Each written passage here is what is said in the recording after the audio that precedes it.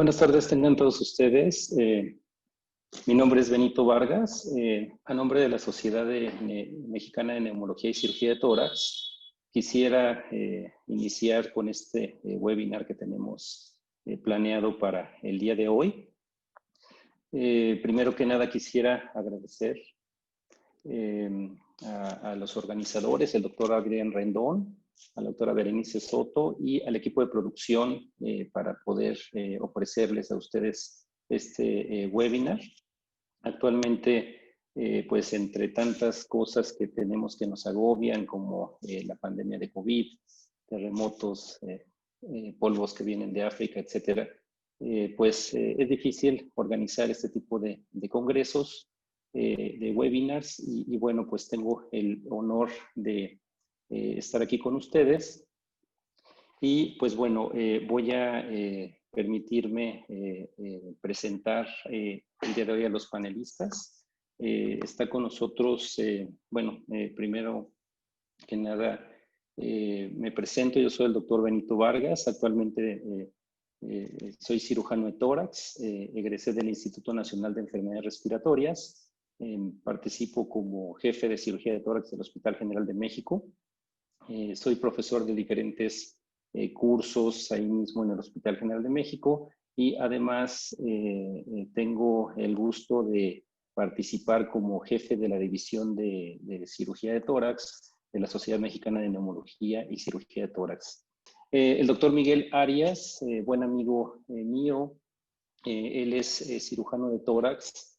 Actualmente es el jefe de cirugía de tórax y neumología del Centro Médico ISEMIN, profesor del curso de la subespecialidad de cirugía de tórax, que le aplaudimos el logro al ISEMIN porque ya lograron hacer esta subespecialidad.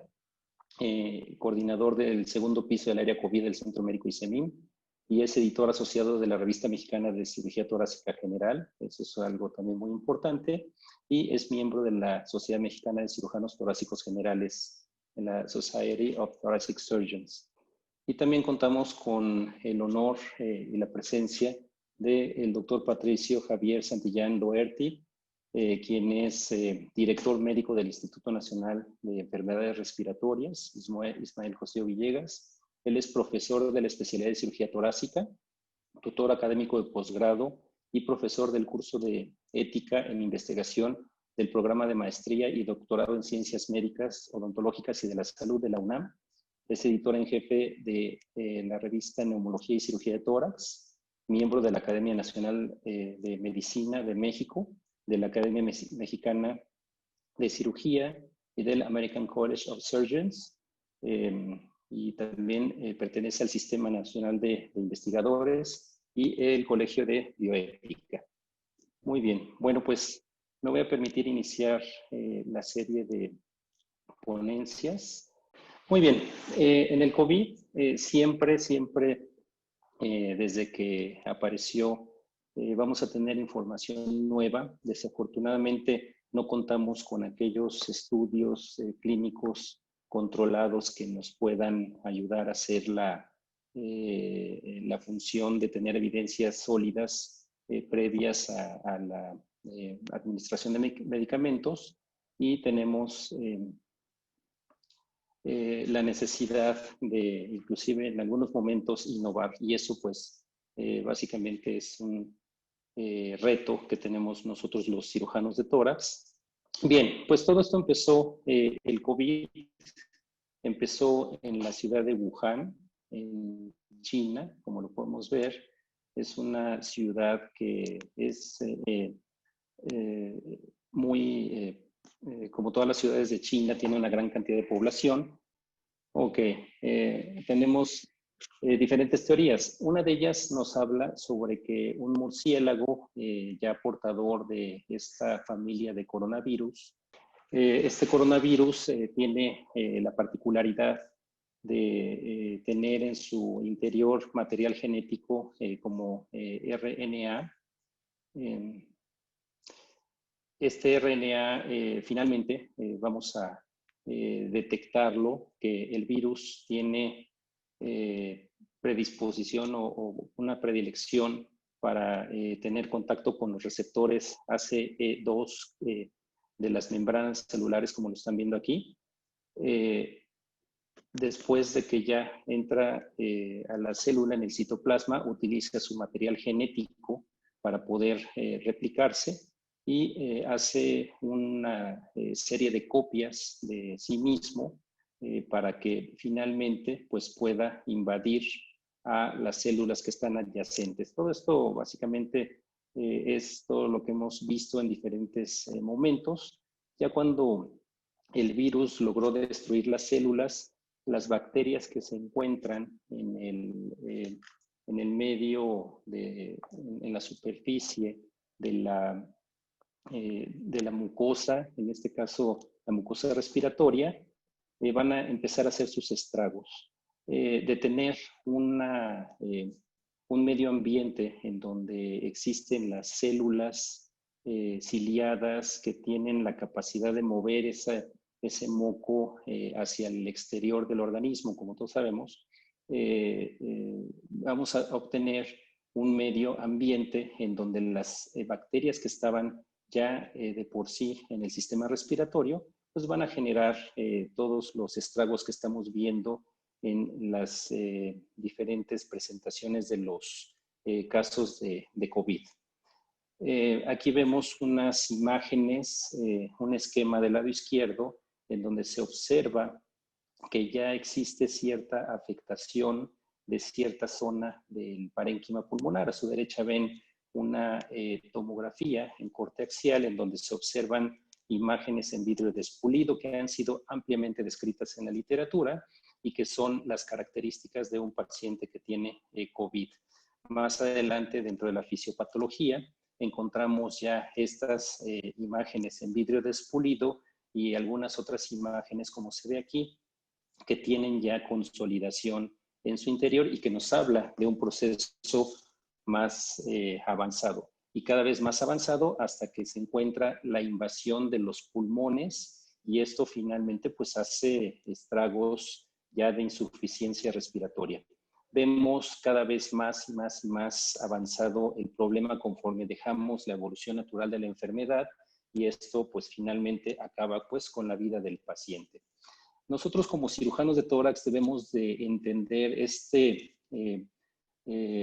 los momentos diferentes en que se encuentra el paciente, las diferentes etapas, la etapa 1, la etapa 2 y la etapa 3. Sabemos que durante la etapa 1 y la etapa 2 de este esquema existe una cantidad de virus importante, pero en la etapa 3 aparentemente ya no existen virus. Sin embargo, existen artículos recientes que son muy importantes que nos hablan de que si el paciente tiene interleucina 6 elevado, entonces puede tener virus circulantes en el plasma y esto finalmente nos llama la atención porque normalmente en las terapias intensivas ya no se le está poniendo antivirales en esa etapa y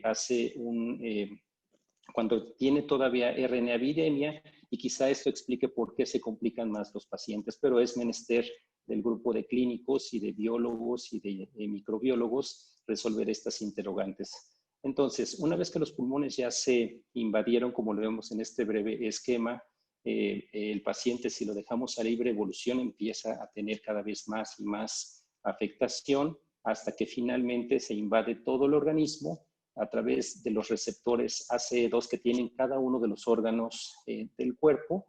Los receptores ACE2 los encontramos en el páncreas, los encontramos en los riñones, los encontramos en las células endoteliales y también en las células de la piel, en las capas de la piel.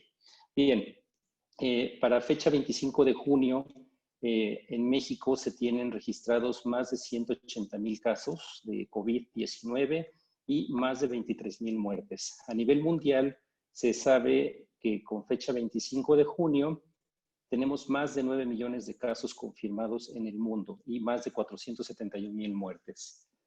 Y bien, pues para introducir nuestra plática ya en el terreno de la cirugía de tórax, es importante que nosotros como cirujanos de tórax sepamos que es inevitable la exposición a los aerosoles. Los aerosoles en este caso van a estar dispersos por todas las superficies. En este estudio que se hizo sobre la presencia de los virus sobre las superficies, se demostró que en las habitaciones de los pacientes que tienen coronavirus, en los muebles de baño, por ejemplo, en los lavabos, se encuentran virus de acuerdo a cierto muestreo que se tomó con la misma técnica de hisopado, y eso pues demuestra que los virus salen del organismo, ¿no? Esto lo sabemos obviamente, pero algo de importante es que con la limpieza habitual, con cloro, con jabón, etcétera, estos desaparecen, y eso es algo bien importante. Aquí tenemos evidencia que hicieron en Japón sobre un experimento de que alguien tosía con material fluorescente y se encontró, como ustedes lo ven, en la bata del cirujano, en la piel del cuello del cirujano, la piel expuesta. Aquí la estamos viendo en otra imagen. También a nivel del pabellón auricular se encontraron gotículas de material fluorescente que nos hacen suponer que pueden ser en un paciente contagiado de COVID gotículas que traigan partículas del virus. Estas son las zonas que se contagian o que más bien que pueden contaminarse con los virus, y por lo tanto esto nos hace reflexionar, pues no otra cosa que después de una cirugía es obligado bañarse con agua y con jabón, lavarse la piel con agua y con jabón después de cada cirugía en la que tengamos contacto con los virus. Surgen varias interrogantes. Más adelante el doctor Santillán va a hablar sobre la bioprotección, pero por ejemplo, ¿cómo nos debemos de proteger? Obviamente necesitamos cubrebocas N95, no voy a entrar en detalles sobre la capacidad que tiene este cubrebocas, gorro, gafas cerradas, bata quirúrgica y guantes. Si tenemos la posibilidad de ponernos estos trajes de comando para que protejamos las zonas de la piel que están expuestas, es muy adecuado. Si no los tenemos, con que se cubra la boca, nos pongamos gorro, gafas, bata quirúrgica y guantes, puede ser suficiente. ¿Tendremos que adoptar este tipo de protección? Yo creo que sí, cuando menos en el contexto de la pandemia, sí la debemos de tener como ya una nueva realidad. Vemos aquellas épocas donde solamente nos poníamos cubrebocas, gorro, y además, pues en una toracoscopía no necesitábamos las gafas necesariamente, pero pues actualmente, de acuerdo a lo que se hacían en los laboratorios, pues ya tenemos que usar ya los equipos de protección personal, que va a hablar el doctor Santillán. Fotos de cómo estamos haciendo una traqueostomía. Vemos al fondo las puertas que están selladas herméticamente. Del lado izquierdo vemos una puerta que también está cerrada en todo momento y no se abre en ningún momento de la cirugía. Las enfermeras se dedican a escribir sobre el vidrio para que se comuniquen con las personas que están afuera, y solamente una de las dos puertas del quirófano se abre para poder pasar material si es necesario. Aquí quiero hacer énfasis en las máscaras que utilizamos. Aquí, por ejemplo, yo estoy usando una máscara que cubre completamente la cara, y vemos que en la parte de abajo yo le estoy poniendo un cubrebocas porque estas máscaras sacan toda la respiración que tengo y no tiene filtro para proteger de virus. También hay que proteger al paciente, y por eso puse esta diapositiva. Bien, la experiencia que están teniendo en cirugía de tórax en diferentes hospitales, tomé como referencia este hospital de clínicas de Sao Paulo, en Brasil, que tiene 2.200 camas. Cuando empezó la pandemia, ellos se prepararon con 700 camas para hospitalización y 200 camas de terapia intensiva para COVID. Un dato importante, o sea, aquí cabe recalcar que el tema es cuántos casos de los que tienen COVID hospitalizados se han tenido que operar por cirugía de tórax. Y llama la atención que solamente han hecho 18 traqueostomías, 13 drenajes torácicos, han hecho cambios de sondas endopleurales, cambio de cánulas de traqueostomía, toracocentesis, un cambio de cánula de Montgomery, y han tenido como complicación una infección de herida quirúrgica. Y en otro hospital que tenemos, ya tendremos oportunidad de escuchar los otros hospitales. Nos interesa mucho escuchar qué experiencia están teniendo en el INER. En el Hospital General de México es un hospital que tiene 1.125 camas, de las cuales 105 camas inicialmente se designaron como camas para paciente con hospitalización y 48 camas de terapia intensiva. Hemos tenido un total de 25 casos operados, 14 traqueostomías, 3 drenajes torácicos por derrame pleural, 3 sondas endopleurales por neumotórax, 2 drenajes de mediastino, es decir, pacientes que llegaron con el diagnóstico de mediastinitis. Hicimos pruebas y detectamos que finalmente era mediastinitis más COVID. Hicimos 2 drenajes hasta la fecha, una decorticación y una colocación de catéter pleural permanente y un drenaje de hemotórax coagulado. Surgen otras interrogantes como ¿cómo debemos de hacer la traqueostomía en pacientes con COVID?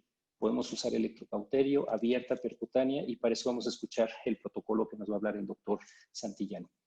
¿En qué momento debemos hacer la traqueostomía? Esto también es importante. Es solamente una serie de cuestionamientos que yo planteo para que más adelante tengamos una respuesta. ¿En dónde se debe hacer la traqueostomía? Puede ser en la terapia intensiva o en quirófano. Esta es la terapia intensiva del Hospital General de México en el área de neumología y cirugía de tórax, y este es uno de los quirófanos con los que contamos. Bien, otras interrogantes es ¿cuál es la mejor manera de evitar aerosoles? Existen ya algunas publicaciones como la que ven aquí en pantalla. Esta es una foto de uno de los sellos de agua con un paciente con COVID, a los cuales nosotros le adaptamos un filtro para poder hacer una barrera física para los virus. Es ideal que sea bacterial y viral en COVID, por supuesto. Ya la industria se encargará de hacer algunas modificaciones en los sellos de agua para que finalmente nos los ofrezcan con sello de virus, porque pues esto creemos que llegó para quedarse y no sabemos cuándo va a terminar. Debemos de tener en cuenta ciertos aspectos éticos en cirugía de tórax en pacientes con COVID. Primero que nada, los equipos de cirujanos deben tratar a todos los pacientes con COVID sin demoras. Los equipos quirúrgicos designados deben tener el entrenamiento apropiado y extenso. Los equipos quirúrgicos deben contar con tecnologías apropiadas. Los equipos formados deben recibir entrenamiento práctico y teórico en situaciones simuladas de emergencia. Manejo de equipo de personal y protección y protocolo quirúrgico. Todo esto es bien importante desde el punto de vista ético. Hay que prepararse antes de estar en contacto con los pacientes que tienen COVID. Las instituciones de salud deben estar obligadas a proveer los recursos para proporcionar las medidas de protección para el personal y aplicar los protocolos clínicos y regulaciones actuales. Aquí tengo un ejemplo de un protocolo que siguen en España, pero aquí lo que quiero resaltar es, bueno, se pasó a la siguiente. Aquí quiero mostrar que se tiene ciertos equipos especializados para poder hacer el entrenamiento antes de poder operar en cirugía de tórax. Esto es lo que les quería comentar sobre el protocolo de España. En España piden que antes de una cirugía al paciente se le debe de diagnosticar el COVID o descartar el COVID. Aquí vemos una prueba rápida donde salió positiva antes de una cirugía. Este es un paciente que hicimos aquí en México y aunque tenía pruebas negativas, esta prueba rápida nos dijo que sí tenía antiinmunoglobulinas y por lo tanto supimos que el paciente ya había tenido COVID. ¿Cómo prepararse para cirugías en emergencia? Es importante, una de dos, que todo el personal que está en el quirófano tenga la prueba de COVID, porque todos pueden contagiar, o cuando menos cuestionarios de evaluación rápidos para saber si sí se tiene o no síntomas de la enfermedad y poder proteger al resto del personal. En una cirugía de tórax urgente existen varias premisas. Hay que asumir que el paciente es positivo, el personal está en riesgo, el personal de quirófano, y el paciente también está en riesgo. Nosotros como personal podemos contagiar al paciente y debemos de tomar medidas para evitarlo. Se debe de buscar intencionadamente neumonitis con estudios de imagen. Aquí tenemos una tomografía del lado izquierdo donde se ven las imágenes típicas. El ultrasonido también ya demostró que es útil. Vemos que los cambios ultrasonográficos, el paciente que tiene COVID puede presentar engrosamiento de la línea pleural o puede presentar líneas B. Y en las placas de rayos X en la teletórax podemos ver que existen imágenes que pueden ser sugestivas de COVID previo a la cirugía.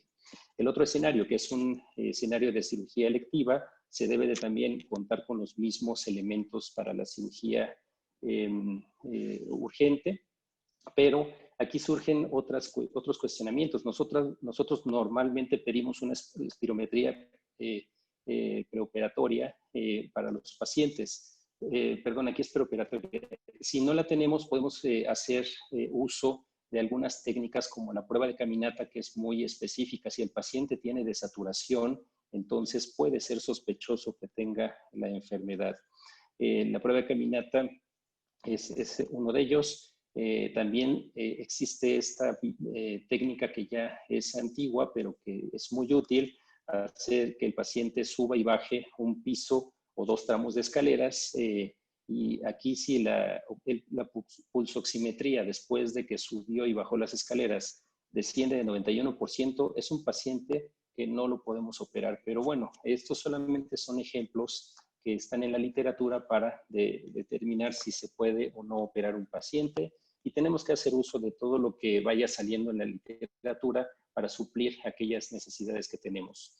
Algo importante que se tiene como premisa es diferir el procedimiento hasta que se alivie el paciente de COVID, si es que se puede diferir. Y bueno, pues no sabemos si existe una debilidad del virus al mutar. Esto ojalá que sí sea cierto. Es un virus RNA que finalmente hace mutaciones. Esperemos que si hace mutaciones, entonces se debilite y podamos acabar con la pandemia. Bien, pues a continuación vamos a dar el micrófono al doctor Miguel Martínez. Él nos va a hablar sobre lo que habíamos comentado, que es la cirugía en la pandemia, cirugía de tórax en pandemia. Quiero agradecer a la Sociedad Mexicana de Neumología y Cirugía de Tórax y a todos ustedes por estar en este webinar. Como ya lo presentó el doctor Benito Vargas, el tema que me toca dar es cirugía de tórax en paciente sin COVID. Y bueno, pues este es el estatus actual, este es el escenario actual de México, un escenario crítico, con una problemática en diferentes niveles, pero la cirugía de tórax debe de continuar debido a la naturaleza de sus padecimientos. Y justo por eso me parece importante este tema de cirugía de tórax en pacientes sin COVID. Los objetivos de mi plática parten en cuatro rubros. El primero hablaremos de la reconversión de hospitales, una situación importante debido a que por esta situación pues se tuvieron que disminuir los procedimientos de tórax. El protocolo de atención quirúrgica en tiempos de COVID y las recomendaciones que existen y que practicamos nosotros en Centro Médico ICEMIM. Y por último, me gustaría plantear algunas situaciones, escenarios y hablar del panorama del futuro en la cirugía de tórax en la era post-COVID. México reportó el 28 de febrero su primer caso. El 23 de marzo se emite un documento por la Secretaría de Salud en donde recomendaba la suspensión de actividades que no fueran esenciales, tanto en sector público como privado. Y el 29 de marzo se da inicio a la reconversión a través de la Comisión Coordinadora de Institutos Nacionales de Salud y los hospitales de alta especialidad. Y a partir de aquí empieza un periodo de tiempo. En esta gráfica se muestra un periodo de anticipación, de preparación o de reconversión, en donde, por un lado, en la línea oscura, la negra oscura, se muestran el número de casos COVID que va en ascenso, ¿sí?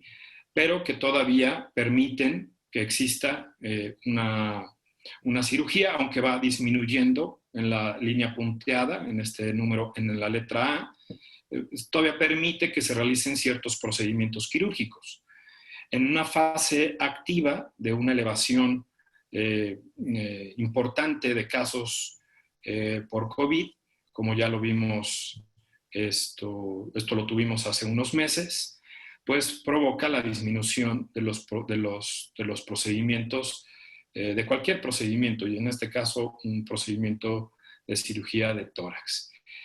Y en tercero hay una fase conocida como overwhelm o también como de capacidad rebasada. Esta fase incluye la disminución no solamente de insumos, sino también de la capacidad que existe tanto en camas de terapia intensiva, tiempos de quirófano, y pues esto aumenta la mortalidad en los pacientes. Como pueden ver, existen dos líneas punteadas, una en el escenario C y el otro en el escenario B.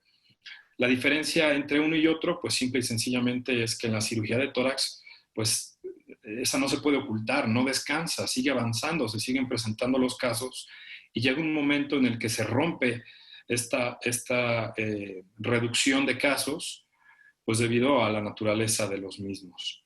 Y finalmente, pues hay una fase de recuperación en donde hay una disminución importante de los casos COVID y un aumento de los procedimientos quirúrgicos. Evidentemente no estamos en esa fase.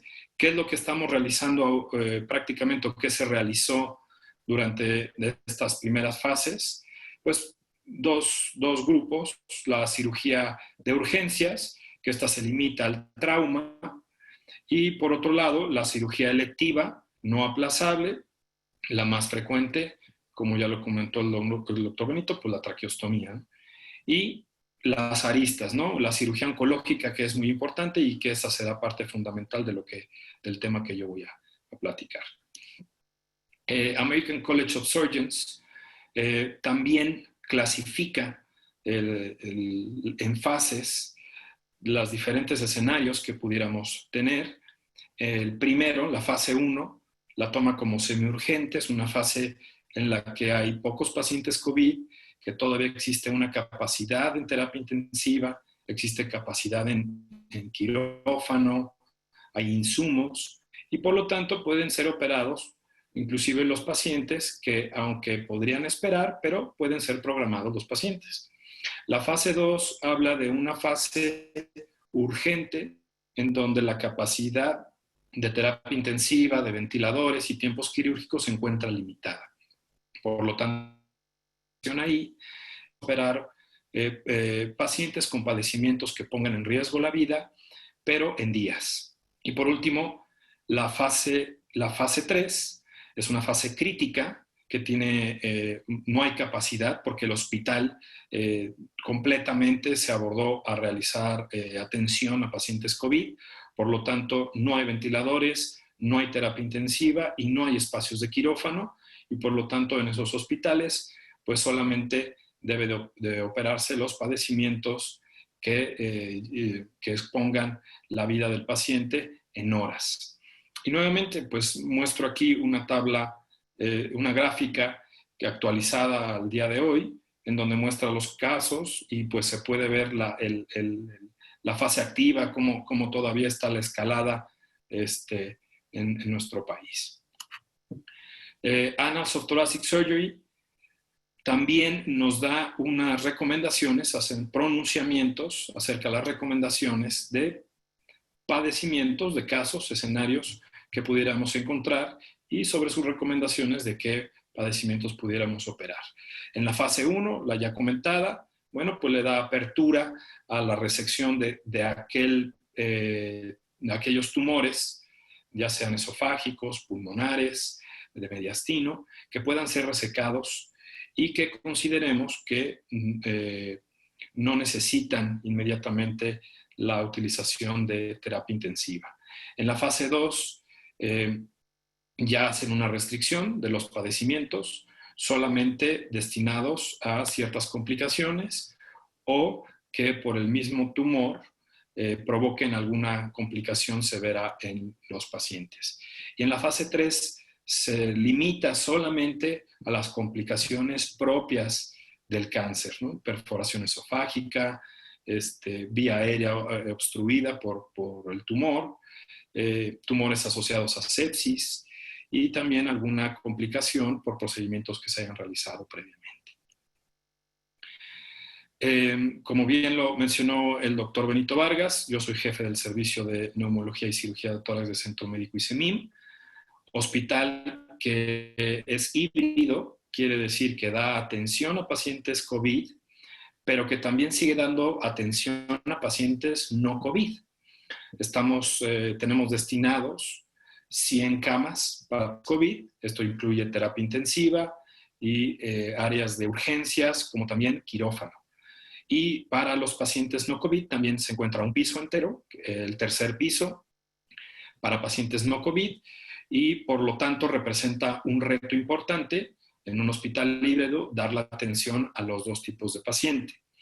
Y para esto el servicio de cirugía de tórax y neumología, incluyendo a sus residentes, aportó en las guías de práctica clínica, las cuales fueron publicadas en mayo de forma estatal, en la que establecemos pues, un protocolo de atención para estos pacientes pues, en tiempos de COVID.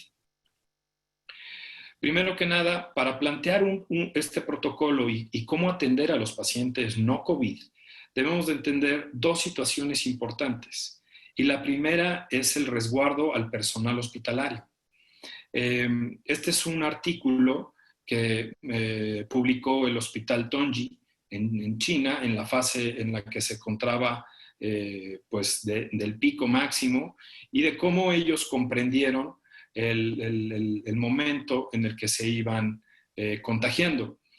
Y se dieron cuenta de dos situaciones. La primera me parece importante, si ustedes pueden ver en esta gráfica, en las barras que están claras, azul claro, se puede ver cómo tiene un aumento en los casos reportados conforme van dándose los días. Y esta gráfica muestra que estos pacientes, estas personas, nos dice que son personas que no se encontraban en la primera línea de atención del paciente COVID. Estos están señalados en la barra que se encuentra oscura. Y esta explicación se debe a que las personas o los médicos, el personal hospitalario que se encuentra en la primera línea se protege a toda costa, cuidan su integridad completamente. Pero la persona que no se encuentra en primera línea se descuida al pensar que no se encuentra en primera línea. Y como ustedes, pues existe un aumento en los casos justamente de este tipo. Y cuando detectaron este tipo de casos, pues también el hospital, aquí podemos ver, aquí está un entrenamiento, este es el segundo entrenamiento para el equipo de protección personal, aquí un tercero. Y el hospital, cuando veía estas alzas de pacientes, pues con mayor frecuencia les daban la capacitación.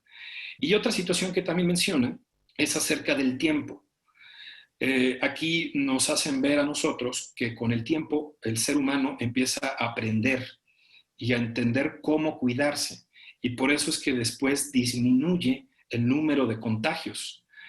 Y aquí me gustaría hacer esta reflexión. ¿Qué cirujano de tórax, sabiendo que el paciente, aún con prueba negativa, entraría a un quirófano a partir de esta era sin una protección adecuada?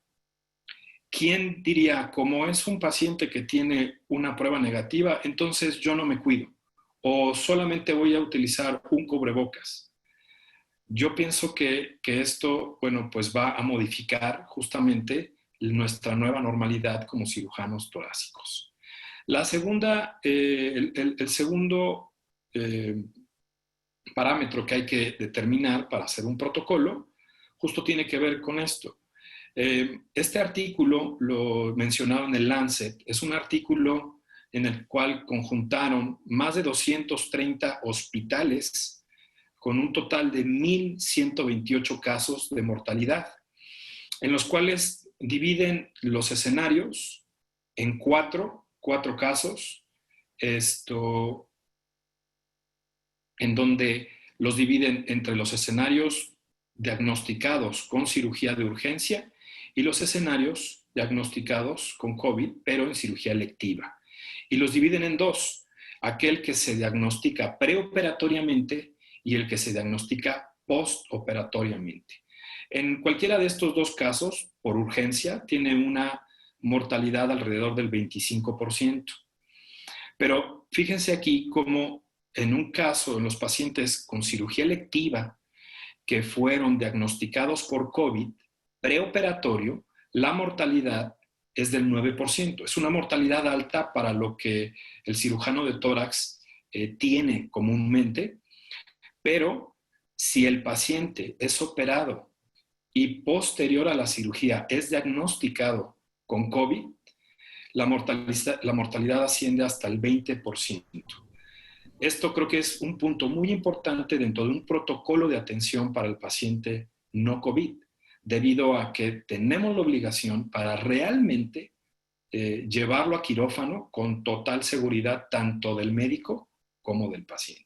Y bueno, finalmente el resumen o lo último que concretan es que la mortalidad al 50% de estos pacientes fue por causas respiratorias. Y bien, entonces en nuestro protocolo lo dividimos en 4 escenarios. La urgencia quirúrgica, ya sea en pacientes hospitalizados y no hospitalizados. La cirugía electiva no aplazable en pacientes hospitalizados y no hospitalizados. American College of Surgeons también hace una recomendación basada en una escala que esta fue diseñada a partir de 21 factores.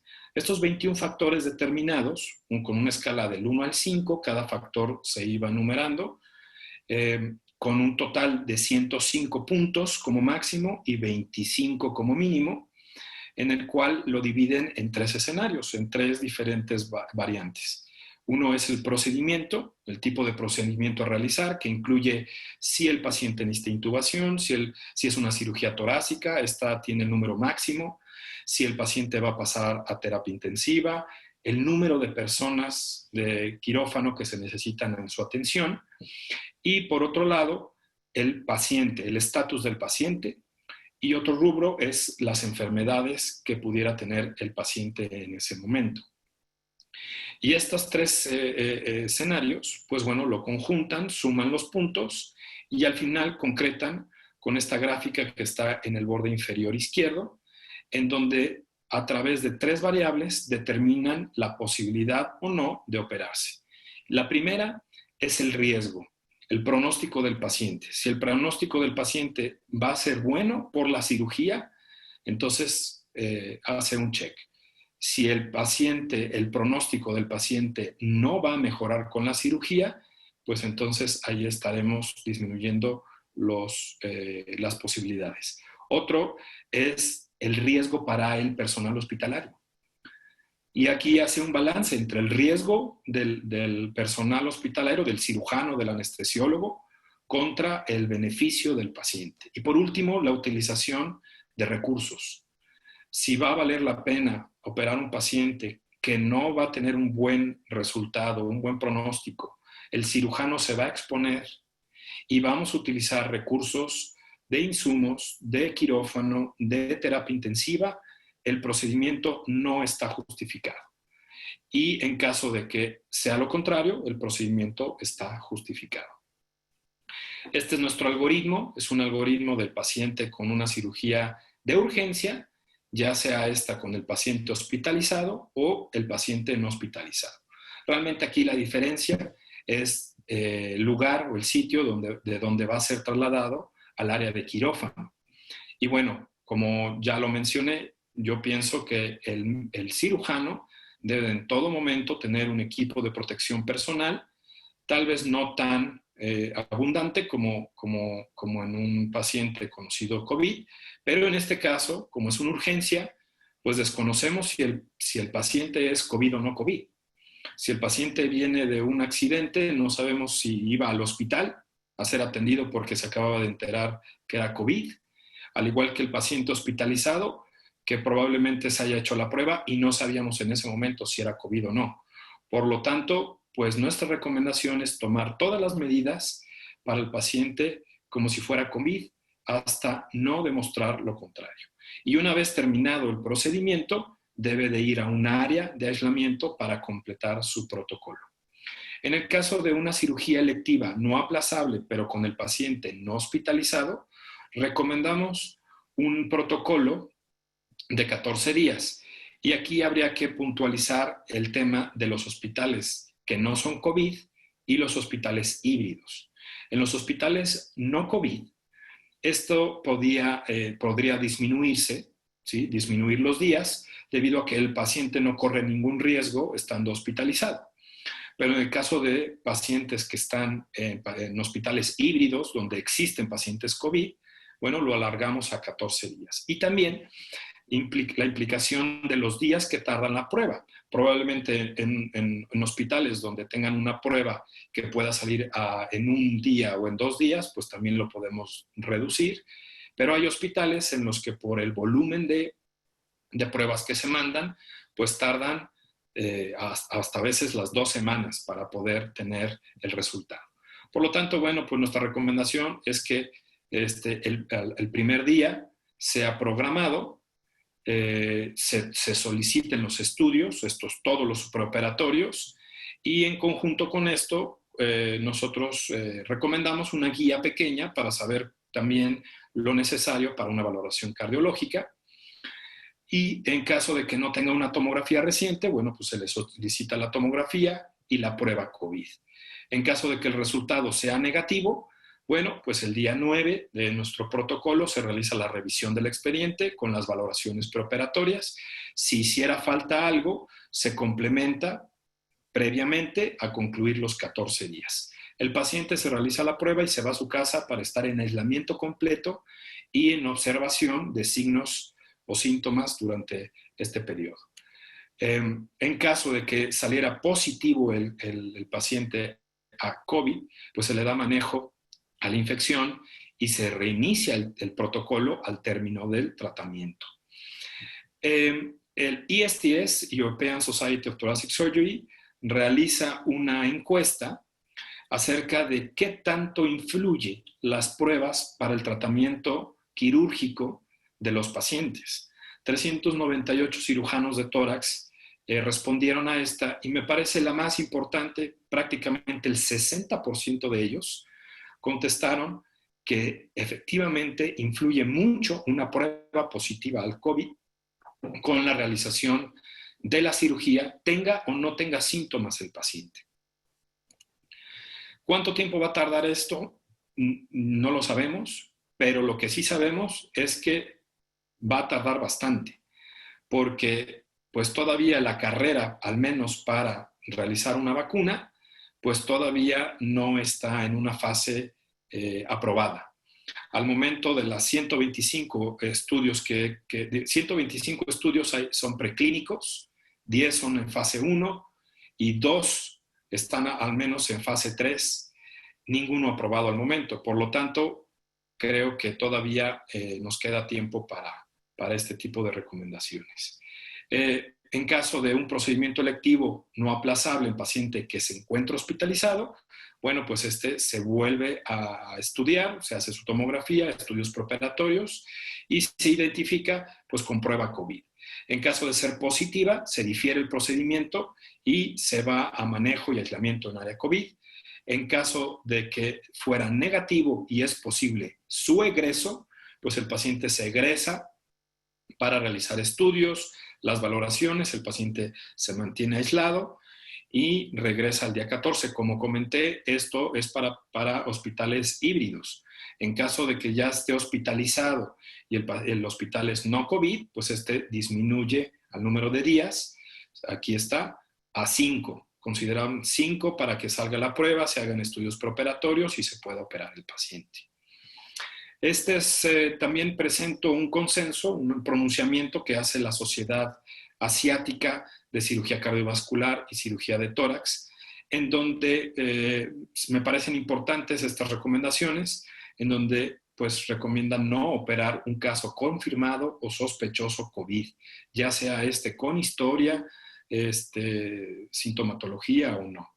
Y altamente recomendado la recomendación en cuanto a diferir el procedimiento en caso de que no se cuente con terapia intensiva. Y esto es algo que es muy importante establecer, sobre todo en los hospitales híbridos. Si no contamos con una cama de terapia intensiva, pues debería de diferirse el procedimiento. Y yo creo que también pasa en los hospitales no COVID, debido a que justamente estos hospitales también se encuentran ahorita rebasados en la capacidad, pues porque las enfermedades continúan y necesitan la atención. ¿Qué es lo que nosotros hacemos en Centro Médico ISEMIN? Nosotros tenemos un quirófano aislado, un quirófano COVID totalmente aislado, equipado con una área de vestido, desvestido, una área de regaderas y que se encuentra totalmente aislado de los quirófanos centrales. Por lo tanto, podemos realizar los dos procedimientos. Nuestra forma de trasladar los pacientes es mediante cápsulas y esto permite un buen aislamiento. Se ha hablado mucho del humo quirúrgico y los aerosoles que pudiera generar. Se estima que el electrocauterio genera partículas o aerosoles de 0.07 micras y que, bueno, estas, pues por su tamaño, pudieran ser inhaladas y que, pues, provocaran una infección en el personal hospitalario. Pero hasta la fecha, ningún estudio ha identificado el virus de SARS-CoV-2 en humo quirúrgico. E incluso si se encuentra, no se sabe si estas partículas virales son infecciosas. Existen antecedentes en virus de hepatitis, en VIH, pero que tampoco, aunque se demuestre que existen aerosoles de estos virus, tampoco se ha podido identificar que estas partículas sean infecciosas para el personal hospitalario. Aún así, nuestra recomendación, ya una vez terminadas pruebas que se hicieron en el hospital, pues es colocar un aspirador al lado a un lado del cauterio. Nosotros recomendamos una sonda muy delgada que pueda aspirar, permite completamente la aspiración y la visión, a diferencia de otros aspiradores como un Enellaton o un aspirador de caucho, los cuales no permiten la adecuada visualización de lo que se está cauterizando. Por lo tanto, no lo recomendamos. El uso de caretas, que está también mucho en boga en quirófanos, esto después de haber hecho ensayos y pruebas, no lo recomendamos debido a que no permite un aislamiento de los aerosoles. No los bloquea. Y también puede provocar la contaminación del cirujano. En todo caso, recomendamos el cubrebocas con careta, debido a que este permite una movilización adecuada y también ayuda al bloqueo de los aerosoles, que nosotros pues tenemos mucho debido al campo quirúrgico y a los diferentes procedimientos que realizamos. La utilización de drenajes, en el caso del Pleurovac, nosotros utilizamos este tipo de Pleurovac, que es un Pleurovac seco, y le colocamos un filtro viral o EPA, y en caso de que se utilicen drenajes cerrados, bueno, pues nuestra recomendación es que estos también sean sellados completamente. Este es un ejemplo de una granada que va a un Jackson Pratt y que, bueno, pues muchas veces se combina con un drenaje Biovac, pero bueno, en caso de que no exista la bolsa del sistema, pues recomendamos que sea utilizado de esta forma y que sella completamente. Esta es la forma en la que nosotros realizamos las traqueostomías en quirófano. Utilizamos también una mascarilla facial completa con filtros P100 y colocamos esta barrera. Es una barrera mecánica en la cual nos ayuda a tener muy buena visualización, pero también trabajar y tener una barrera mecánica hacia los aerosoles, no solamente para nosotros, sino para el personal de anestesia y también para la instrumentista. Nos ha ayudado mucho a poder, hasta el momento, pues no tener contagios. Se ha comentado mucho sobre la realización de la cirugía, si los pacientes deben de ahora operarse de forma abierta o deben de operarse de forma por mínima invasión. Y aquí hay mucho que comentar. American College of Surgeons hace una recomendación sobre la utilización de la cirugía abierta, pero sin embargo no hay una postura franca en que exista una o que una sea mejor que la otra. Y también nosotros en la cirugía toracoscópica pues tenemos una diferencia a diferencia de la cirugía abdominal, debido a que nosotros no instilamos, no hacemos neumo en la cavidad torácica. También recomendamos que el paciente esté intubado, selectivo, que esté bloqueado ese pulmón y no ventilado para disminuir los aerosoles.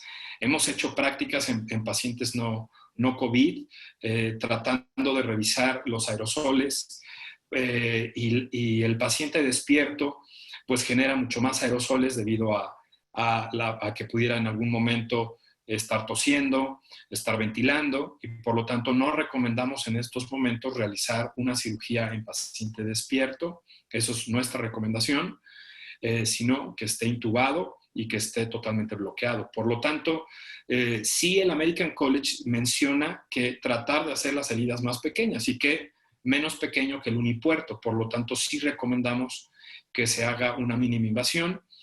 Aquí pongo diferentes fotos de diferentes escenarios, ya sea un caso pleural, un caso pulmonar e inclusive de reconstrucción de pared torácica por mínima invasión.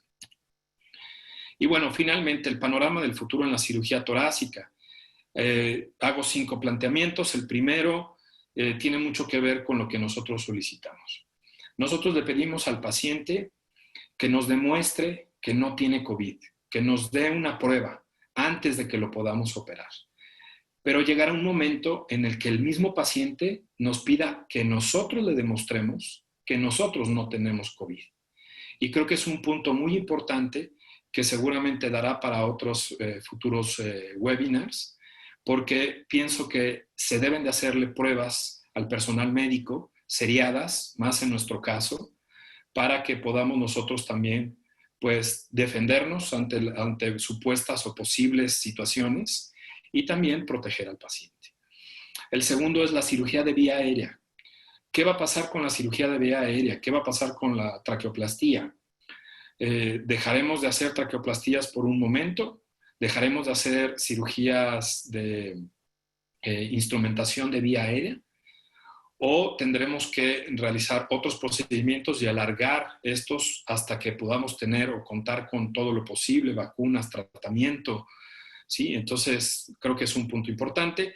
La cirugía con neumo me parece que en estos momentos no es posible, no es recomendable, y esto viene mucho que ver con el robot. Se han hecho algunas pruebas para saber si se pueden poner filtros, controlar el humo, pero todavía realmente es un escenario que todavía está gris en estos momentos. Y bueno, la cirugía electiva no aplazable, me parece que este es el punto crítico, es en donde nos debemos de apoyar para poder regresar a la normalidad, a la nueva normalidad. Presento aquí una guía de procedimientos que nosotros utilizamos, procedimientos de urgencias, pero también procedimientos de cirugía electiva no aplazable. Y bueno, aquí la recomendación es que entre más vaya pasando el tiempo y se estén realizando más procedimientos, el número de estos procedimientos, o sea, los escenarios, se vayan ampliando para empezar a realizar más casos de diferentes tipos y que regresemos a la normalidad, a la nueva normalidad. Y por último, pues la cirugía ambulatoria o de corta estancia. Pienso que gana mucha importancia en estos momentos tratar de hacer que el paciente esté lo menos tiempo posible en el hospital, y si esto es posible a través de una cirugía ambulatoria, pues creo que podemos ofrecerle un beneficio. Por último, como conclusión, dentro de la cirugía de tórax en la era post-COVID, pues creo que en el escenario preoperatorio es importante que el cirujano defina las prioridades, como ya lo vimos, y el equipo que va a necesitar, no solamente el equipo médico, sino también insumos, y que valore si existe cama en terapia intensiva y el equipo de protección personal que va a utilizar el médico. En el escenario intraoperatorio, preparar la estrategia de quirófano para no en ese momento estar empíricamente tratando de resolver situaciones en ese momento, porque ahorita lo que debemos de tener es una buena estrategia. Identificar riesgos de aerosoles para poderlos prevenir y controlar, y minimizar la exposición a humos por cauterio hasta que se demuestre lo contrario. En el escenario postoperatorio, bueno, pues acortar días de estancia hospitalaria y reducir la posibilidad de fuga de aérea o días de sonda endopleural. Bien, por mi parte eso es todo. Muchas gracias. Muchas gracias por la invitación, doctor Rendón, doctora Soto, muy amables. Me da gusto estar aquí, ver a compañeros en estas vicisitudes del COVID, que nos está cambiando la vida. Y para empezar, nos está cambiando la forma en que interactuamos académicamente también, lo cual no me parece mal. Yo aquí estoy sentado y ustedes no ven a lo mejor la cerveza que tengo escondida, pero no se las voy a enseñar. Es una de las ventajas de los webinars. Y espero que lo que les voy a presentar, que me voy a ir rápido en aras del tiempo, creo que ya es súper conocido por todos ustedes, y sobre la marcha iré tocando a puntos importantes que tienen que ver con la bioseguridad. Ya el doctor Vargas, el doctor Martínez han dado una amplia exposición de la importancia de los cambios que se están suscitando en cirugía y de los cuidados que debemos de tener para el manejo con los pacientes, pero sobre todo el manejo de nosotros, para el cuidado de nosotros. Ha estado acostumbrado a estos cambios de impactos epidémicos que se han dado durante toda la humanidad, ¿no? La humanidad ha sido azotada por distintas pandemias, epidemias, enfermedades que recurren, y la que más nos impacta siempre es la influenza, ¿sí? Que hace 100 años hubo una cuestión importante que dejó una gran mortalidad en el mundo, y desde entonces hemos estado esperando la nueva pandemia grave que va a afectarnos de manera importante. Ahorita llevamos, pues ya no me acuerdo, ayer las cifras que daban ayer llegan a los 8 millones de afectados y casi 2 millones de gente que han perdido la vida en el mundo. Muy alejado de lo que sucedió hace 100 años en la influenza pandémica. Y el asunto es que es un nuevo virus distinto de la influenza, lo que nos impacta ahora.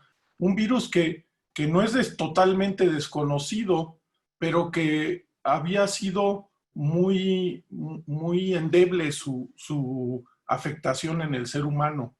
Los coronavirus existen y son responsables de cuadros gripales, resfriados comunes que todo el mundo conoce.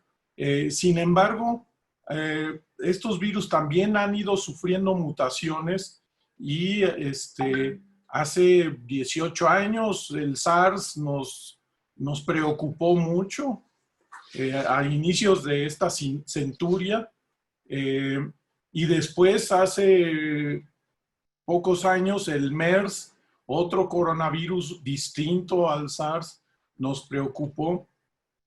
Y actualmente brinca otro coronavirus que ha sido más importante que los anteriores.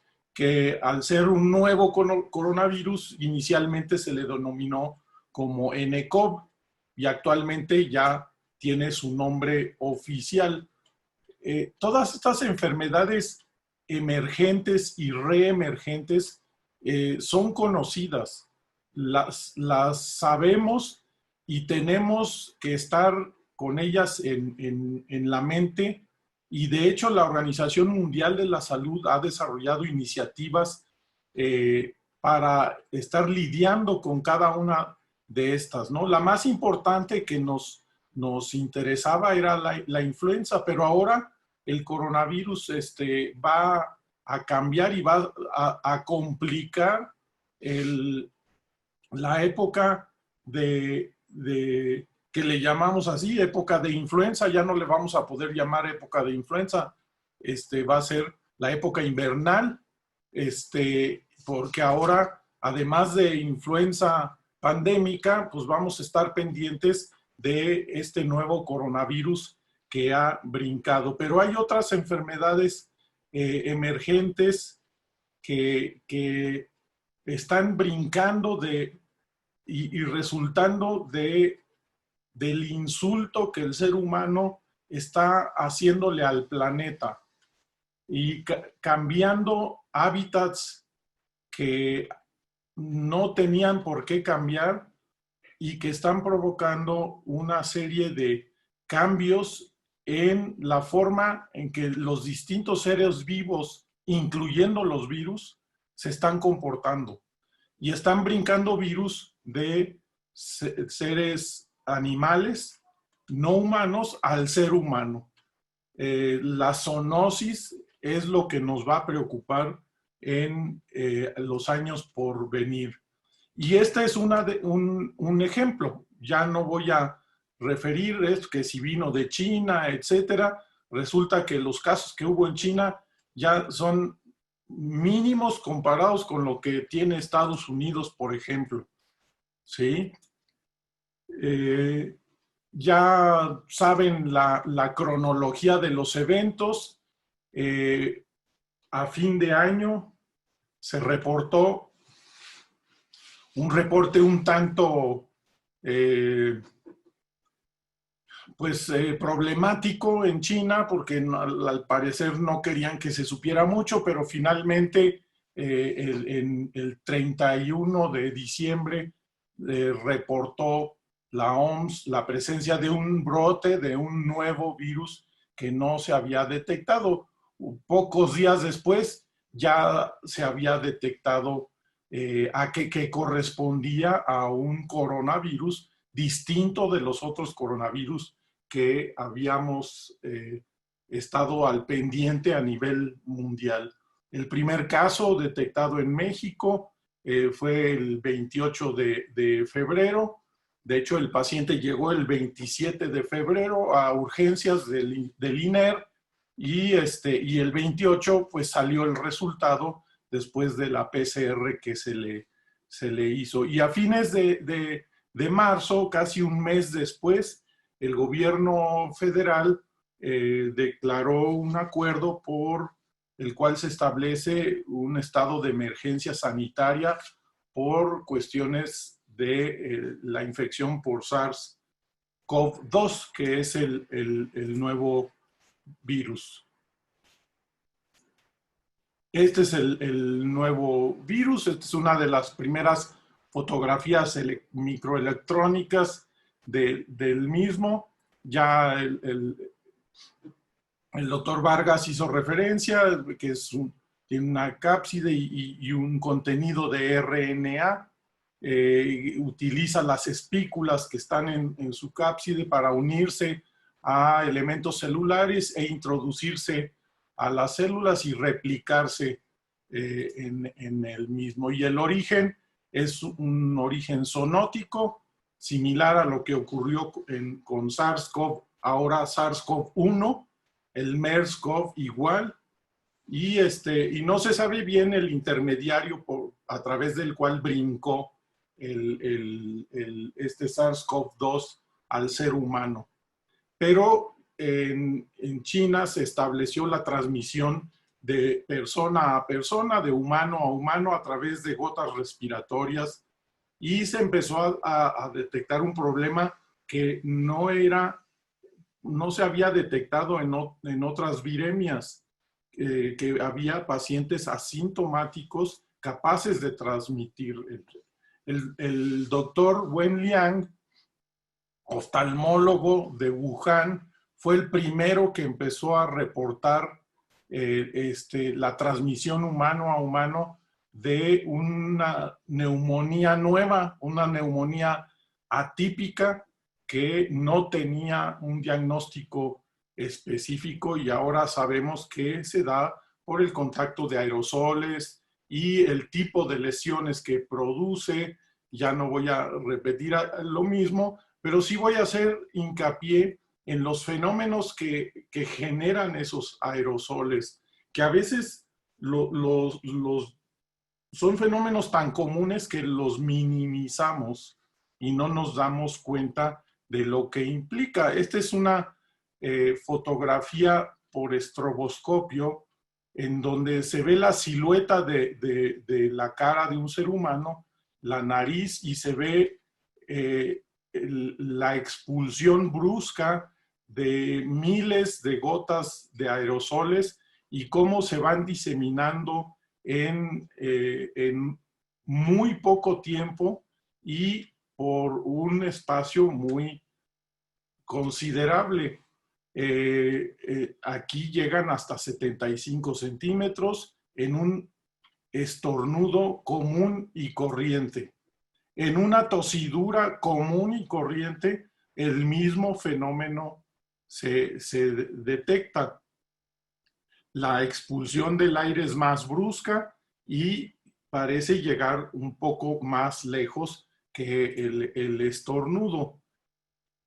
Y el simple hecho de hablar en este experimento con identificación por rayo láser, aquí se ve la sonda del láser para pintar las microgotas que van saliendo de una persona que está suspirando, que lo único que está diciendo es mantente sano, así muy bajito, casi suspirado, y es suficiente para la producción de todas estas microgotas aerosolizadas que se expulsan. Y todo esto explica la medida de tratar de proteger la diseminación de esos aerosoles y protegernos como médicos de esa diseminación de microgotas aerosolizadas. Ya el doctor Vargas hizo referencia a los experimentos en donde aún con protección convencional, con equipo de protección personal, se diseminan gotas y llegan a lugares que pueden estar expuestos, como el cuello, la oreja, que ya se hizo referencia a lo mismo.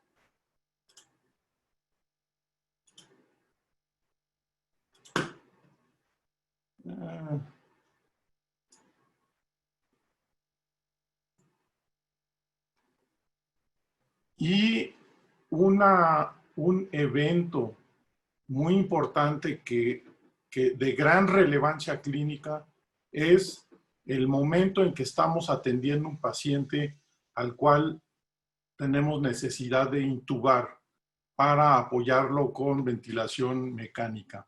La laringoscopía directa para la intubación orotraqueal produce una gran cantidad de microgotas aerosolizadas que, si no estamos protegidos adecuadamente, y el doctor Martínez mostró las cabinas las mini cabinas que se han diseñado para tratar de protegerle a los trabajadores de la salud que van a hacer laringoscopías e intubación, y reducir la llegada de estas microgotas aerosolizadas que se impactan en el equipo de protección y que corresponden a un riesgo que hay que estar cuidando.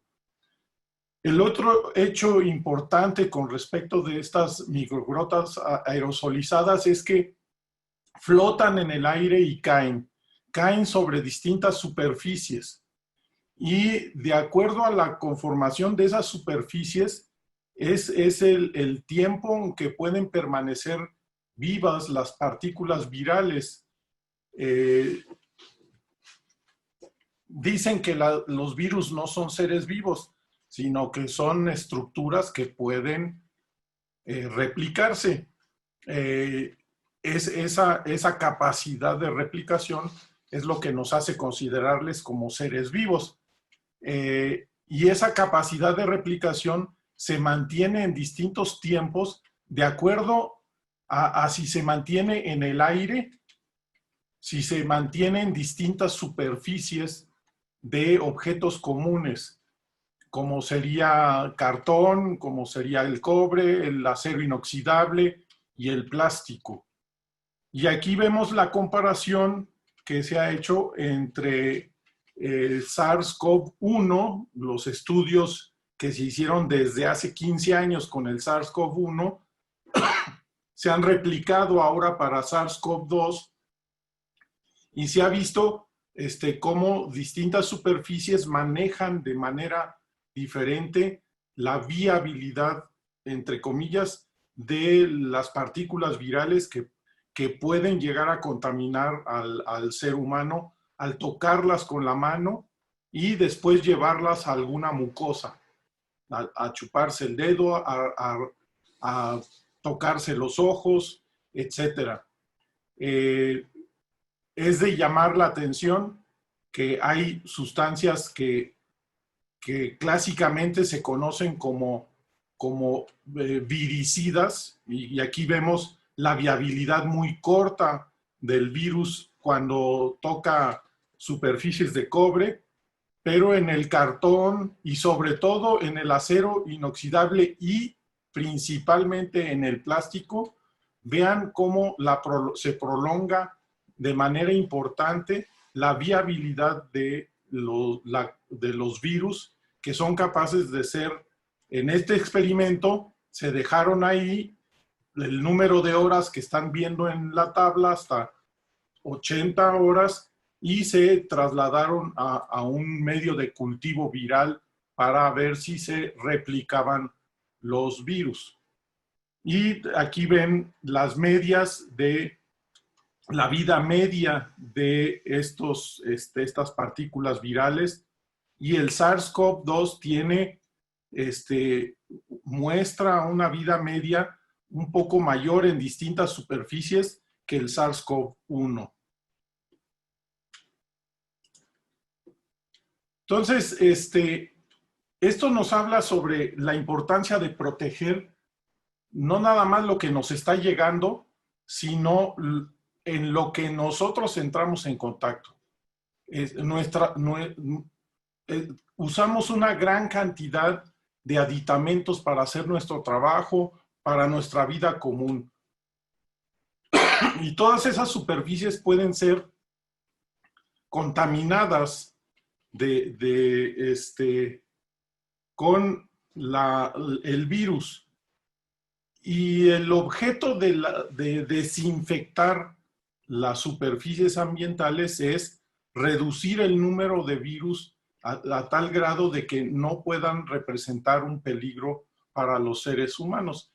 Esa reducción ya se conoce y es efectiva y similar a la que se usa para otros patógenos.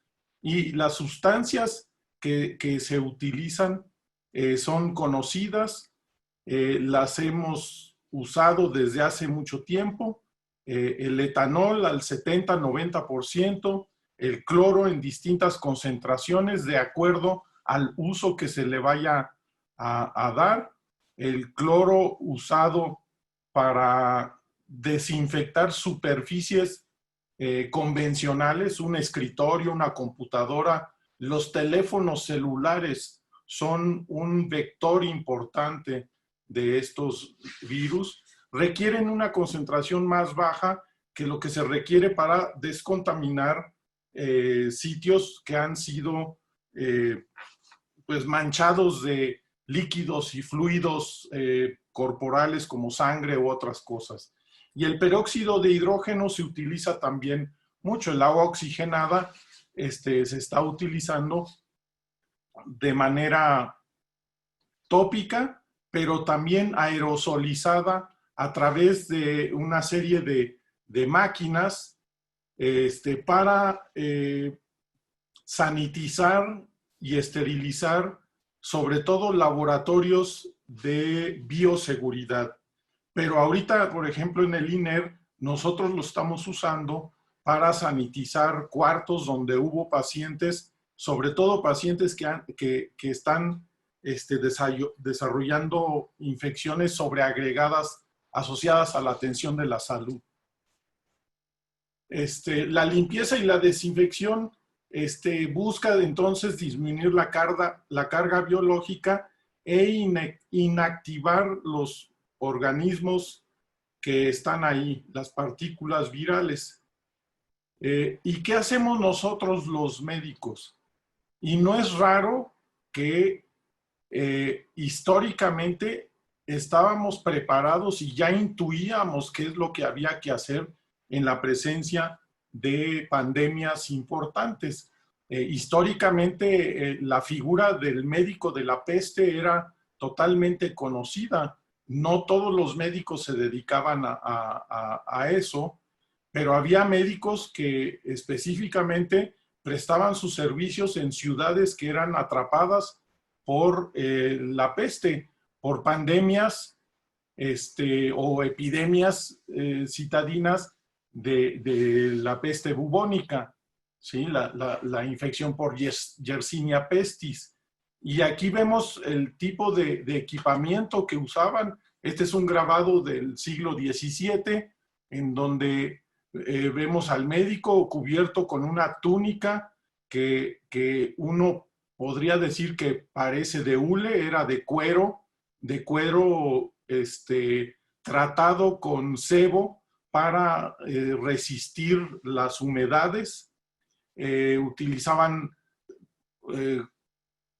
Se cubrían totalmente la cara, generaron una máscara muy peculiar que les daba figura una figura medio siniestra de pájaro, pero en este pico es donde guardaban una serie de elementos florales y perfumes, etcétera, que les permitía poder acercarse a los enfermos que ya tenían visos de gangrena en distintas partes del cuerpo, que era lo que les pasaba a la gente de la peste. Y tenían una varita, que no es ninguna varita mágica, sino que esto lo utilizaban para tocar a los enfermos y no llegar y tocarlos ellos directamente con las manos. Utilizaban guantes especiales y esto es lo mismo que estamos haciendo en la actualidad. El uso del equipo de protección personal, yo he argumentado ante las autoridades que el equipo de protección personal es el insumo más importante que requiere el sistema de salud en este momento. Y lo he puesto por encima de la necesidad de ventiladores mecánicos.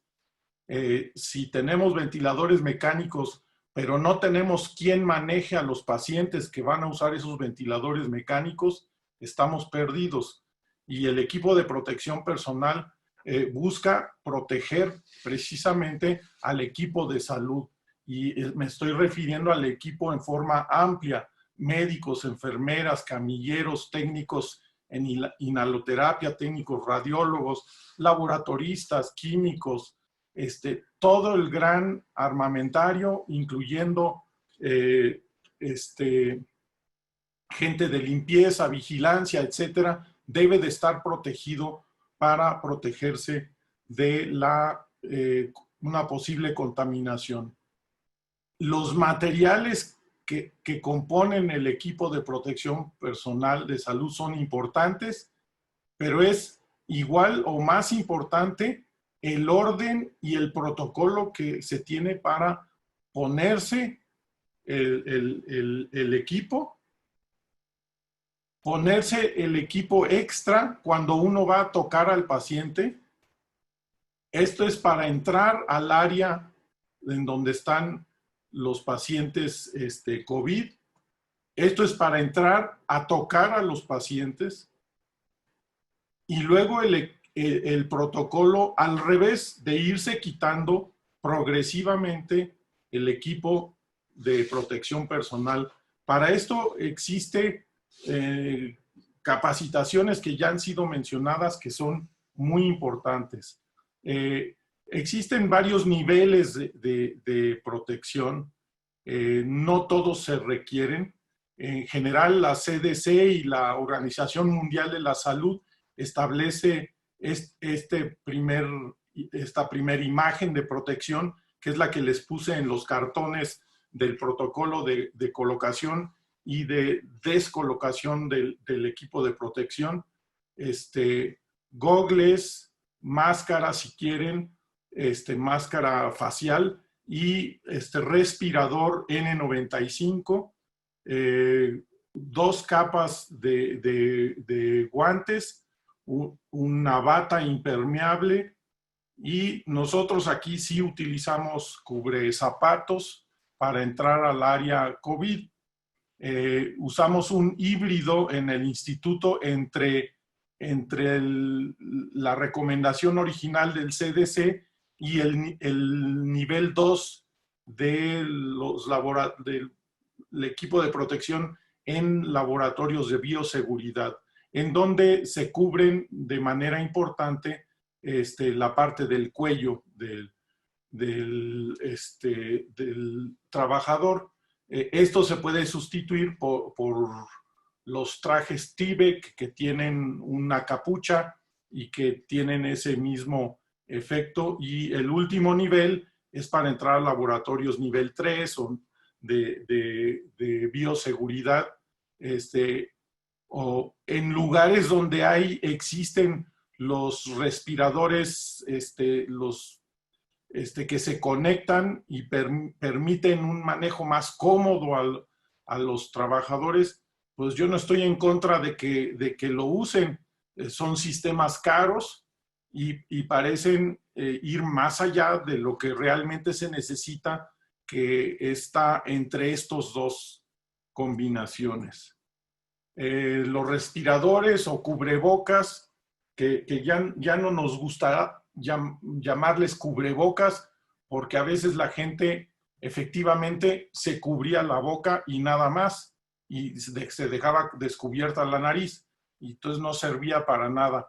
Pero estos cubrebocas deben de estar autorizados o ser similares a los autorizados por el Instituto de Medicina Laboral de Estados Unidos, el NIOSH, y hay básicamente de 2 formas, la que parece concha y la que parece y se denomina pico de pato.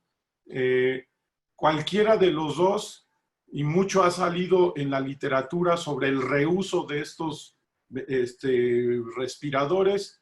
En general, nosotros tratamos de no recomendar el reuso. Sin embargo, reconocemos que ha habido una escasez de estos insumos y nosotros estamos preparados para reesterilizar los respiradores N95 que se están utilizando. Ya hay métodos establecidos. El hipoclorito el peróxido de hidrógeno, y la máquina que les mostré es lo que se está usando para esterilizarlos. Sin embargo, está reconocido que estar usando por mucho tiempo en varios turnos el mismo respirador, estar quitándose y poniéndose el mismo respirador durante un mismo turno y estar utilizando en varios turnos el respirador, generan incompatibilidades con la forma de la cara y dejan de proteger porque empiezan a dejar filtrar el aire al perderse la capacidad de prevenir la entrada de aire por los lados del respirador y no a través del respirador, que eso es lo que se busca. Entonces hay que tener mucho cuidado. Mucho se aprendió durante la epidemia de ébola que hubo en el oeste africano hace 6 años, en donde se establecieron hospitales de campo y donde se establecieron protocolos muy estrictos de colocación y descolocación del equipo de protección personal. Y esto, permítame insistirlo y perdón que haga referencia a otra cuestión epidémica que no tiene que ver mucho con lo que estamos viviendo ahorita, pero de lo que tenemos que aprender con respecto de mantener la seguridad del personal de atención de la salud, que es el protocolo, un protocolo muy estricto en la colocación, un protocolo supervisado y ayudado. O sea, necesitamos tener personal exclusivamente dedicado a apoyar a la gente que se está colocando el equipo de protección personal. Y es mandatorio tener espejos en el área de colocación para estarse viendo cómo va quedando los distintos elementos que se van poniendo en el orden adecuado que se debe de poner antes de poder salir y entrar a las áreas clínicas de atención del paciente. En el INER prácticamente se ha capacitado y recapacitado en las últimas semanas al total del personal. No solo médicos ni de enfermeras ni de atención de la salud, sino incluye al personal administrativo y de intendencia y de vigilancia del instituto para que conozcan bien estos asuntos, porque, repito, es lo más importante la colocación del equipo de protección personal. Para ser un moderno médico de la peste tenemos que recurrir a eso. Y sin embargo vemos en otras latitudes, por ejemplo en Rusia, que les da un poco de calor y entonces se ponen trajes que pueden disipar el calor que están produciendo en ese lugar. De ahí nos pasamos a la importancia de la limpieza del área del paciente. Esto se tiene que hacer de manera constante. Aquí estamos poniendo, esto es totalmente inadecuado. Un paciente, si este personal está limpiando esto porque hubo un paciente COVID aquí, no debería de entrar así. Debería de utilizar otra máscara, debería de tener una bata encima de estos guantes y otros guantes encima para estar tocando las superficies del área. Y el transporte en el hospital se hace de manera especial, se tienen que generar caminos específicos para manejar a los pacientes COVID. En el INER no es tanto problema porque todo el hospital está transformado, se hizo una reconversión hospitalaria y es uno de los hospitales COVID designados por la Secretaría de Salud. Hay que hacer mapas de la distribución de los pacientes y se han restringido las visitas de familiares y las visitas para recibir informes de los pacientes se hacen de manera electrónica, ya sea por llamada telefónica y últimamente por videollamada o utilizando los sistemas de web para tener una presencia un poco mejor con imagen para los familiares de esto. Este es el mapa de México hace exactamente, bueno, no exactamente, pero casi 2 meses. Y este es el mapa ahorita. El problema existe, sigue estableciéndose. No hemos podido controlar todavía el asunto. La llegada de pacientes es continua y evidentemente que al INER, por ejemplo, están llegando una gran cantidad de pacientes en situación grave. Y da pena decirlo, pero lo que a veces los que han estado aquí en el instituto saben, para alguien que está en urgencias ahorita, ver a un paciente con 88% de saturación es que no tiene nada. Y a los de 70% de saturación, ahí los andan contemporizando, y a los de menos de 70% de saturación es a los que les está preocupando y está queriendo meter. Entonces la gente está haciendo y tomando decisiones sobre pacientes que todos están graves, unos más graves que otros. Y eso es un problema porque no hay muchos lugares a donde mandarlos. Y por eso es importante tener en todo momento lo más que se pueda de camas liberadas, y estar movilizando a los pacientes de manera rápida. Y termino con una reflexión que sale de la novela de Camus, sobre el problema de la peste, ¿no? Y decía Camus que esta crónica no puede ser el relato de la victoria definitiva, no puede ser más que el testimonio de lo que fue necesario hacer y que sin duda deberían seguir haciendo contra el terror. A pesar de sus desgarramientos personales, todos los hombres que, no pudiendo ser santos, se niegan a admitir las plagas y se esfuerzan, no obstante, en ser médicos. Esto yo lo menciono por la gran cantidad de héroes y heroínas que está habiendo todos los días en todos los hospitales de nuestro país. Y en el instituto yo me quito el sombrero y me pongo de pie ante todos los residentes que están dejando, afortunadamente no sus vidas, pero sí una gran energía en el manejo de este problema pandémico. Y el problema de todo, el mismo Camus nos lo decía. Ryu, que era el personaje principal de La Peste, tenía presente que esta alegría está siempre amenazada, pues él sabía que no muere ni desaparece jamás, y que puede llegar un día en que la peste, para desgracia y enseñanza de los hombres, despierte a sus ratas y las mande a morir en una ciudad dichosa. Esto va a regresar, no lo hemos controlado, pero ya sabemos que va a regresar.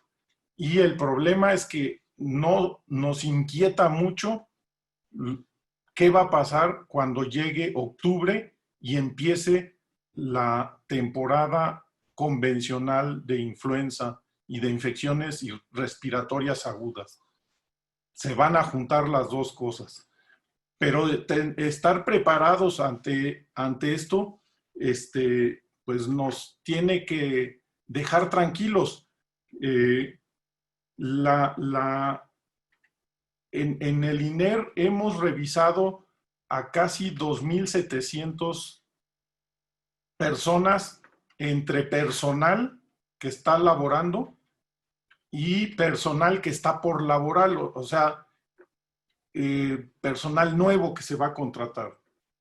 Y solo se han infectado el 6.3% de todo ese universo. Esto creo que es gracias a estar alerta de que el problema existe y de que la protección personal es muy importante. Ojalá y otros hospitales que están teniendo números distintos de personal infectado puedan ajustar sus medidas de protección, porque esa es la única forma en que vamos a aguantar esta pandemia. Yo agradezco mucho la oportunidad de haber participado y les mando un cariñoso saludo a todos. Siempre es un gusto compartir todos los conocimientos con brillantes cirujanos del país. Quiero aprovechar para agradecer. Tenemos registro de 95 asistentes y asistentes que se han conectado desde Panamá, Texas y 23 estados de México, de acuerdo a lo que vimos ahorita. Y bueno, pues es un gusto compartir. Y por el tiempo que tenemos ya breve, el equipo de producción me dice que tenemos oportunidad para hacer una ronda de preguntas y respuestas. Y hemos tenido la oportunidad de recabar algunas muy, muy importantes. Esta pregunta que voy a decir ahorita, creo que nos compete a todos y creo que la mayoría quiere saber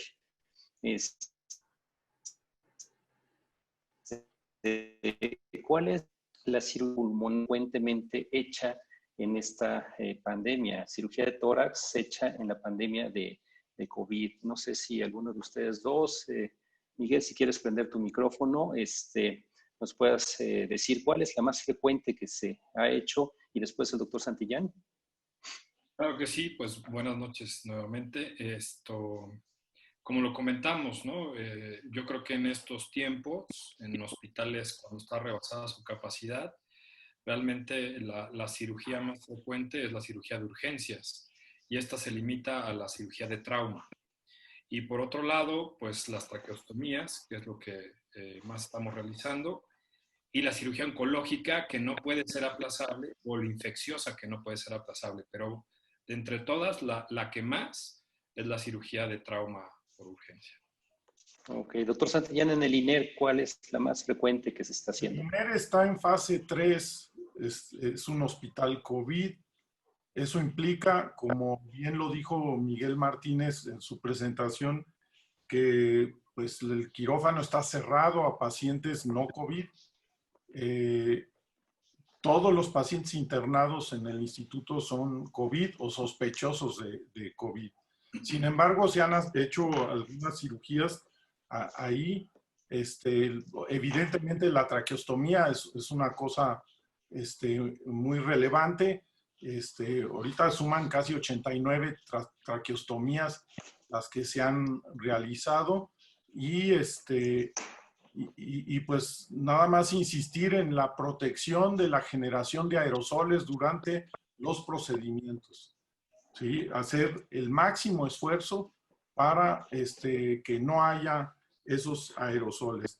Drenajes pleurales por la actividad de catéteres colocados, derrames pleurales que son raros en COVID, pero pues luego existen.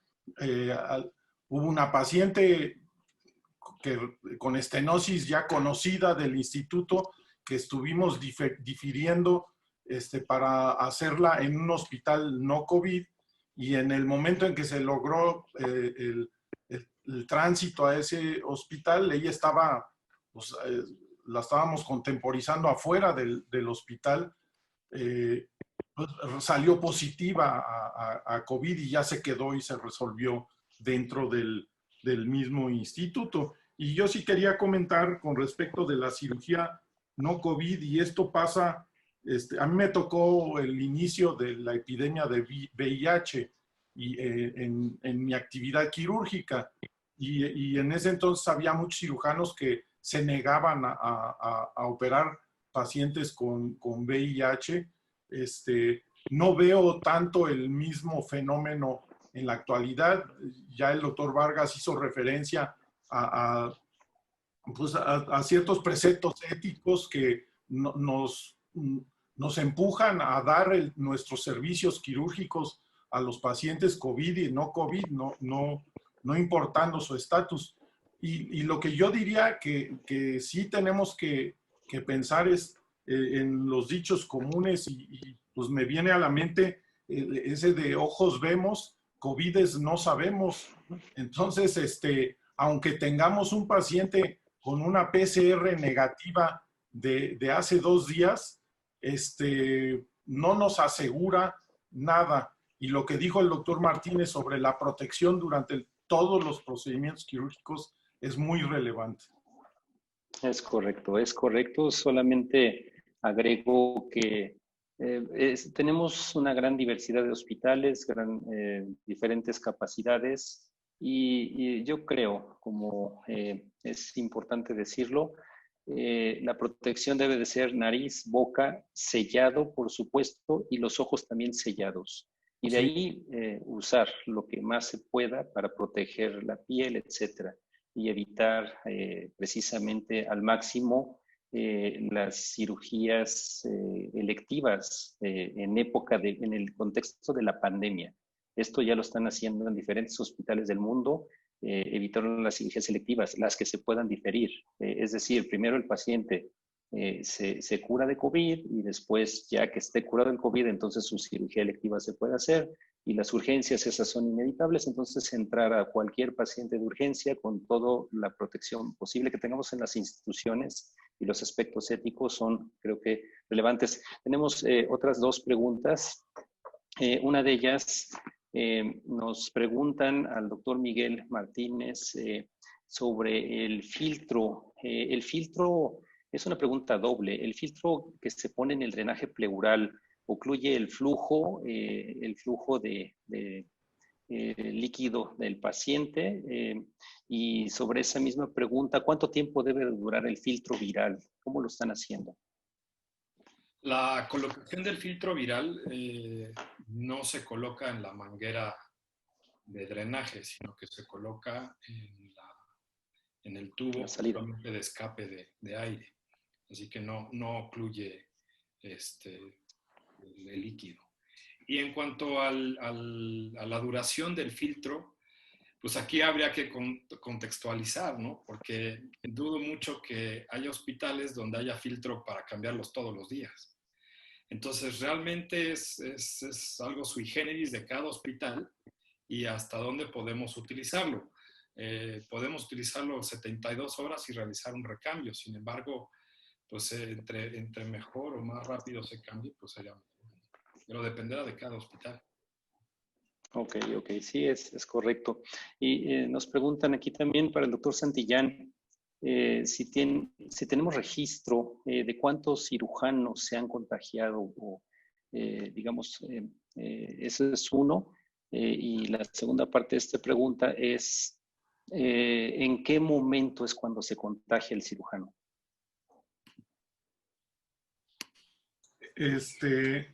No tengo conocimiento de algún cirujano que conozca yo en nuestro país o en nuestro medio, pero sí ha habido médicos que se han contaminado. Y los médicos que se han contaminado estando trabajando en área COVID, casi siempre reportan algún evento especial de transgresión de las medidas de protección personal. ¿Sí? Y los problemas más frecuentes son durante el procedimiento de intubación, que es reconocido como un procedimiento de alto riesgo y que necesita especial cuidado.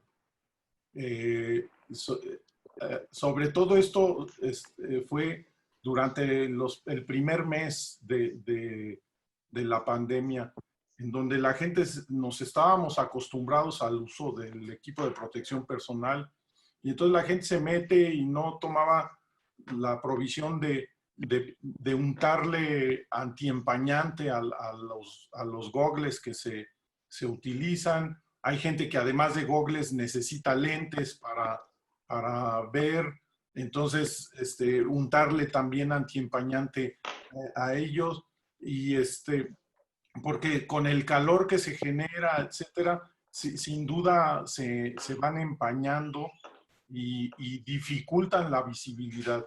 Y lo que han reportado es el paciente, uno de nuestros médicos que estuvo grave, derivó de de una transgresión de estas, se quitó los gogles porque no podía ver para intubar a un paciente y sintió que su responsabilidad de intubarlo era mayor a mantener su seguridad. Por eso la intubación debe ser en equipo, porque si hay algún problema debe llegar alguien que pueda resolver el problema por el que está teniendo una complicación. Sí, no queda duda que este grado de contagiosidad debemos de tenerlo presente en todo momento. Tan simple como saber que los receptores ACE2 los tienen muchos órganos del cuerpo, se sabe exactamente cuáles, y pues el órgano más importante es el respiratorio y es a lo que los cirujanos de tórax estamos expuestos realmente. En cualquier cirugía de tórax vamos a tener aerolización. Vimos la cirugía que mostró el doctor Martínez, donde hay una ventana de salida de todos los vapores que están en una toracoscopía, en una cirugía BATS, y que eso pues finalmente nos va a contagiar si no tenemos esta protección. Entonces, bueno, creemos que el COVID llegó para quedarse y que ojalá y que se termine pronto. Confiamos en que se debilite con todas estas mutaciones que pueda tener para que ya no exista, pero creo que es algo que nos ha dejado mucha enseñanza al equipo de cirujanos. Y bueno, por último quiero agradecer, también nos están informando que se conectaron de Ecuador, Bolivia, Matamoros, Tamaulipas, etcétera, diferentes otros lugares, y eso es un privilegio para nosotros. Esperamos que esta primera conferencia webinar que quisimos organizar gracias a la iniciativa del doctor Adrián Rendón, le agradecemos mucho, haya sido de su agrado y quedamos abiertos. Tienen ustedes nuestros chats, nuestro contacto, y también pues hay una parte de preguntas y respuestas que por obviedad del tiempo no lo vamos a continuar. Hay preguntas muy interesantes que nos hicieron llegar, pero bueno, pues pudimos hacer una ronda de respuestas. Muchas gracias. Un último comentario, doctor Santillán, doctor Miguel Martínez. Nada, agradecer a la sociedad por este esfuerzo que hacen, por compartir pues, información y llegar a todos los hospitales y las personas indicadas para afrontar esta pandemia. Y gracias a todos por su asistencia. Igualmente, agradecer a la sociedad, agradecer el privilegio de compartir con los dos panelistas que tuve y pues pedirle a todo el mundo que se cuide. O sea, no podemos bajar la guardia. Hay que mantener la distancia, hay que cuidarse, etcétera. Bueno, pues muy bien, pues muchas Benito, gracias a todos. Benito, ¿Sí? Patricio, Miguel, soy Adrián Sí, Rendón. Quería solo saludarlos, agradecerles el que hayan apoyado a la sociedad en este evento, desearles que sigan muy bien, que se sigan cuidando mucho y que nos veamos pronto. Felicidades. Gracias, un privilegio.